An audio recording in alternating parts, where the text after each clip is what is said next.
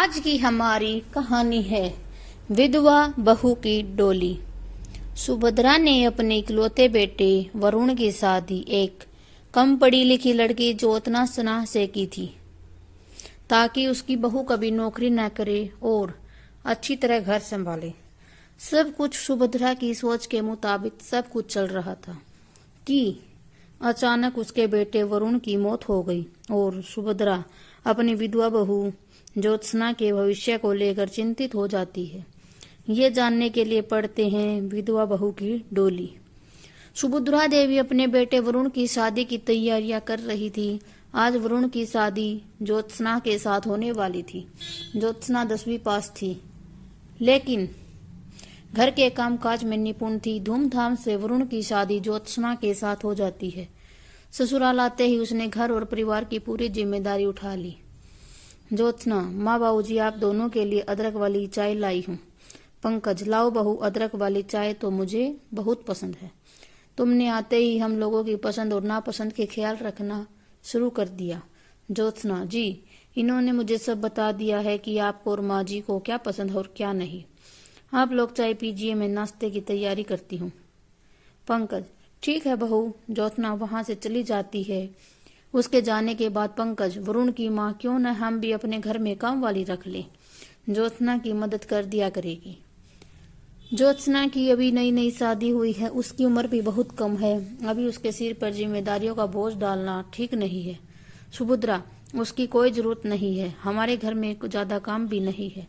अभी से काम करने की आदत डालेगी तभी तो आगे चलकर सब कुछ संभाल पाएगी। पंकज, जैसे तुम्हारी मर्जी। ज्योत्सना घर के सारे काम करती। सुबह उठकर सास ससुर को उनकी दवाइयाँ चाय देने से लेकर नाश्ता, खाना बनाना, कपड़े धोना, सारे काम वो अकेली ही किया करती। वरुण भी हर छोटे मोटे काम के लिए ज्योत्सना को ही पुकारा करता। वरुण, ज्योत्सना कहाँ हो? मेरी पीली वाली शर्ट प्रेस नहीं है यार, मुझे आज वही पहनकर ऑफिस जाना है। ज्योत्सना, आपके लिए लंच पैक कर रही हूँ, 2 मिनट में आई। ज्योत्सना भागकर झटपट वरुण की शर्ट पर प्रेस करने लगी। धीरे धीरे समय गुजर रहा था। सब ठीक ठाक चल रहा था कि एक दिन वरुण, माँ बाबूजी, कल मुझे ऑफिस के काम से चंडीगढ़ जाना है। 6 महीने वहीं रहकर काम करना है। पंकज, 6 महीने? वरुण, दरअसल पापा, चंडीगढ़ में हमारे ऑफिस की नई ब्रांच खुली है और मुझे उसका मैनेजर बनाया गया है। पंकज, तो ज्योत्सना को भी अपने साथ ले जाता। वरुण, पापा, अभी तो वहां जाकर मुझे खुद के रहने का इंतजाम करना होगा। मैं कुछ दिनों के बाद ज्योत्सना को वहां बुला लूंगा। माँ और पिता से बात करके वरुण अपने कमरे में चला गया। सुभद्रा, ज्योत्सना को चंडीगढ़ जाने की क्या जरूरत है? वो चली गई तो घर कौन संभालेगा? पंकज, और वह हमारे वरुण को कौन संभालेगा? सुभद्रा, ज्योत्सना भी बच्ची है, अभी उसका समय वरुण के साथ हंसने खेलने में गुजरना चाहिए। गृहस्थी का बोझ उठाने के लिए तो सारी जिंदगी पड़ी है। इधर दूसरे दिन वरुण चंडीगढ़ जाने के लिए घर से निकल गया। सबने खुशी खुशी, लेकिन ज्योत्सना ने नम आंखों से वरुण को विदा किया। ज्योत्सना, मेरा दिल बहुत घबरा रहा है, न जाने क्यों आपको कहीं जाने देने का मन नहीं करता। वरुण, चिंता मत करो ज्योत्सना, वहां पहुंचते ही मैं किराए पर एक कमरा ले लूंगा, फिर तो मैं तुम्हें बुला लूंगा। वरुण चंडीगढ़ के लिए घर से निकल गया और बस में जाकर बैठ गया। रास्ते में बस का बहुत भयानक एक्सीडेंट हो गया। बस पलट गई। बस में सवार सभी यात्रियों की दर्दनाक मौत हो गई। ये खबर जब वरुण के घर तक पहुंची तो सब शॉक्ड रह गए। वरुण के माता पिता के लिए अपने जवान बेटे को खोना किसी भयंकर पीड़ा से कम नहीं था, लेकिन ज्योत्सना का दुख तो बयां कर पाना भी मुश्किल है। वह अंदर से टूट गई। वो अपने आप को संभाल नहीं पा रही थी। वह बहुत उदास रहने लगी। हर समय वरुण की यादों में खोई रहती। एक दिन पंकज, वरुण की माँ, मुझसे ज्योत्सना की हालत देखी नहीं जाती, वो वरुण को खोने के दुख से उभर नहीं पा रही है। सुभद्रा, वरुण हमारा इकलौता बेटा था, उसे खोने का दुख हमें भी कम नहीं है। पंकज, सुभद्रा, हमारी उम्र अब हो चली है, लेकिन ज्योत्सना अभी बहुत छोटी है, उसकी उम्र ही क्या है। उसे अपनी जिंदगी जीने और हंसने खेलने का पूरा अधिकार है। सुभद्रा, आप क्या चाहते हैं? पंकज, मैं चाहता हूं कि हम ज्योत्सना की दूसरी शादी कर दें, लेकिन उससे पहले मैं उसे पढ़ाना चाहता हूं। सुभद्रा, ठीक है, एक बार ज्योत्सना से भी इस बारे में बात कर लीजिए, मैं उसे बुलाकर लाती हूँ। सुभद्रा देवी ज्योत्सना को बुलाने के लिए उसके कमरे में जाती है। वहां उन्होंने देखा कि ज्योत्सना बेहोश होकर जमीन पर गिरी हुई है। सुभद्रा देवी दौड़कर अपने पति पंकज के पास गई और ज्योत्सना के बारे में बताया। दोनों ने फोन करके डॉक्टर को बुलाया। डॉक्टर ने जब ज्योत्सना का चेकअप किया, डॉक्टर, आपकी बहू मां बनने वाली है, आप लोगों को इनका बहुत ख्याल रखना होगा। चिंता के कारण बच्चे की सेहत पर बुरा असर पड़ सकता है और बच्चा मानसिक रूप से कमजोर हो सकता है। डॉक्टर की बात सुनकर पंकज और सुभद्रा ने फैसला लिया कि वो ज्योत्सना को आगे पढ़ाएंगे ताकि उसका मन कहीं लगे और वो खुश रह सके। पंकज ने ज्योत्सना का एडमिशन 12वीं कक्षा में करवा दिया। ज्योत्सना अब 12वीं की पढ़ाई करने लगी। सुभद्रा देवी उसके खाने पीने का बहुत ख्याल रखती। धीरे धीरे समय बीतता गया और 9 महीने बाद ज्योत्सना ने एक सुंदर सी बेटी को जन्म दिया। इसके साथ ही वह अपनी पढ़ाई भी करती रही। सुभद्रा देवी और पंकज अपनी पोती अनन्या को पाकर बहुत खुश थे। वे दोनों ज्योत्सना के साथ साथ अनन्या का भी बहुत ख्याल रखते।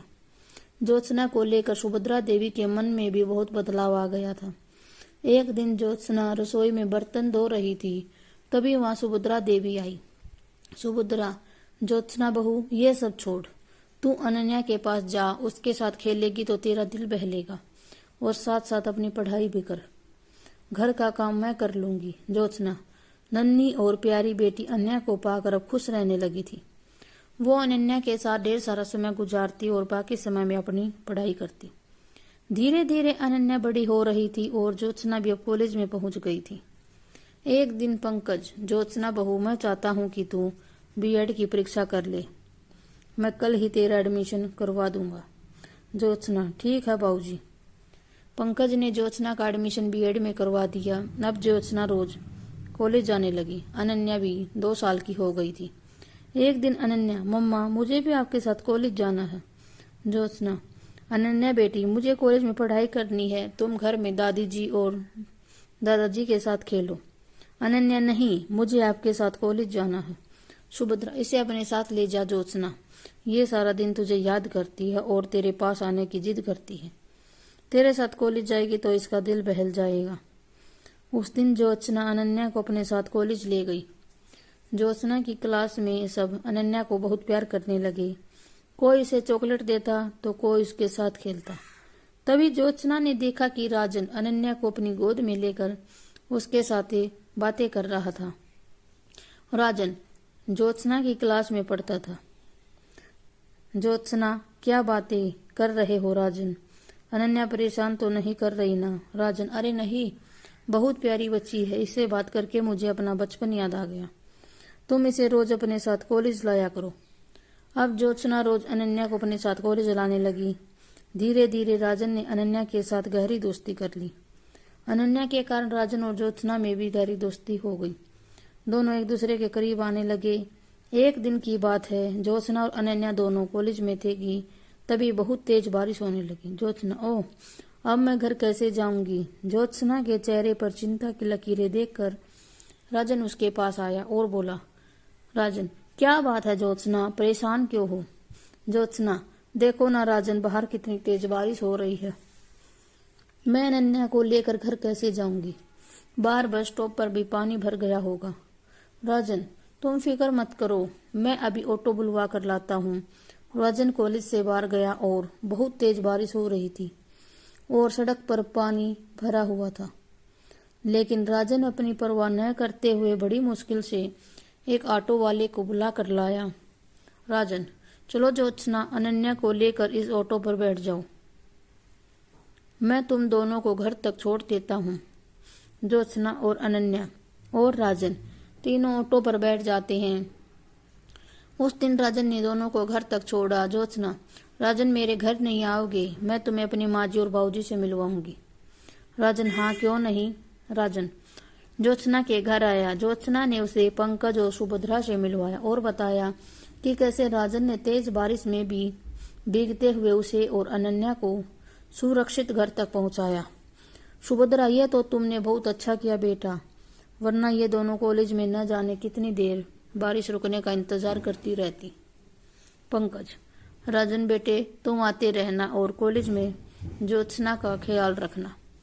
उस दिन के बाद से राजन अक्सर ज्योत्सना के घर आने लगा और अनन्या के साथ ढेर सारी बातें करता। धीरे धीरे दोनों की पढ़ाई पूरी हो गई और उन्हें सरकारी स्कूल में शिक्षक की नौकरी भी मिल गई। एक दिन पंकज, सुभद्रा, क्या ज्योत्सना को अपनी जिंदगी नए तरीके से शुरू नहीं करनी चाहिए? सुभद्रा, आप क्या कहना चाहती हैं? पंकज, मैं चाहता हूं कि ज्योत्सना की शादी हो जाए, वो अपना घर बसा ले, अनन्या को भी पिता का प्यार मिल जाएगा। सुभद्रा, लेकिन ज्योत्सना से शादी करेगा कौन? पंकज, मेरी नजर में एक लड़का है। सुभद्रा, हाँ, कौन है वो? पंकज, राजन। राजन ज्योत्सना का बहुत अच्छा दोस्त है और वो अनन्या को भी बहुत प्यार करता है, लेकिन हमें इस बारे में ज्योत्सना और राजन से भी बात कर लेनी चाहिए। मैंने राजन को फोन कर दिया है तो वो आज शाम को हमारे घर आएगा। हम राजन और ज्योत्सना दोनों से बात कर लेंगे। सुभद्रा, ठीक है। शाम को जब ज्योत्सना स्कूल से लौटी तो उसने देखा कि राजन उसके घर आए हैं और उसके सास ससुर से बातें कर रहा है। ज्योत्सना, अरे राजन, तुम कब आए? राजन, अभी अभी आया हूँ, दरअसल मुझे अंकल ने बुलाया है। पंकज, ज्योत्सना बहू, मैं तुम दोनों से कुछ बात करना चाहता हूँ। ज्योत्सना, जी बाबूजी, कहिए। पंकज, बहू, मैं चाहता हूँ कि तुम और राजन शादी कर लो। ज्योत्सना, ये आप क्या कह रही हैं बाबूजी? ये कभी नहीं हो सकता। सुभद्रा, ज्योत्सना बहू, बीती बातों को भूलकर आगे बढ़ना ही जिंदगी है। तेरे सामने भी पूरी जिंदगी पड़ी है, हमारे बाद तेरा और अनन्या का ख्याल कौन रखेगा? पंकज, राजन बेटे, ज्योत्सना मेरी बहू नहीं बेटी है, क्या तुम जिंदगी भर इसका ख्याल रखोगे? राजन, अंकल, सच कहूँ तो मैं ज्योत्सना और अनन्या से बहुत प्यार करने लगा हूँ। मैं ज्योत्सना को अनन्या के साथ अपनाने के लिए तैयार हूँ और वादा करता हूँ कि उन्हें जिंदगी भर खुश रखूंगा। सुभद्रा, देर किस बात की, हम कल ही तुम्हारे घर आएंगे, तुम्हारे माता पिता से मिलकर शादी की तारीख पक्की कर देंगे। राजन के माता पिता सुभद्रा देवी और पंकज से मिलकर बहुत प्रभावित हुए। दोनों की रजामंदी से राजन और ज्योत्सना की शादी तय हो गई। सुभद्रा देवी और पंकज ने ज्योत्सना की शादी सास ससुर बनकर नहीं बल्कि माता पिता बनकर की। पंकज ने ज्योत्सना का कन्यादान किया और ज्योत्सना को डोली में बिठाकर ससुराल विदा किया। Thanks for watching.